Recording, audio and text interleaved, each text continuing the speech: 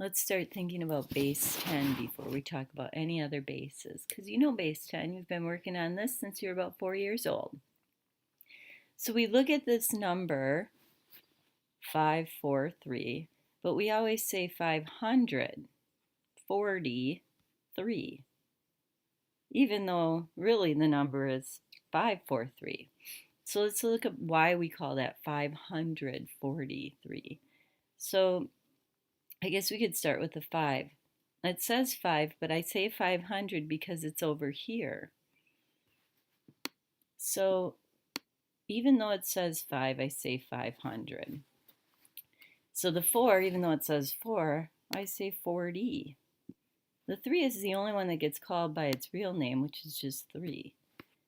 Does anybody know why that is? So the 3 is just 3, so I could think about that. If I'm thinking base 10, I can think about that as 3 times 10 to the 0, because 10 to the 0 is just 1, and 3 times 1 is 3.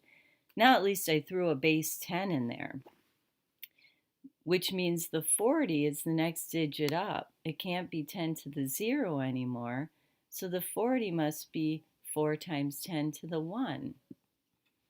And of course the 500, we're moving up, 10 to the 0, 10 to the 1, so that 5 is going to be taken times 10 to the second, giving us 5 times 10 to the second, which is 5 times 100, 500, 4 times 10 to the 1, which is 40, and 3 times 10 to the 0.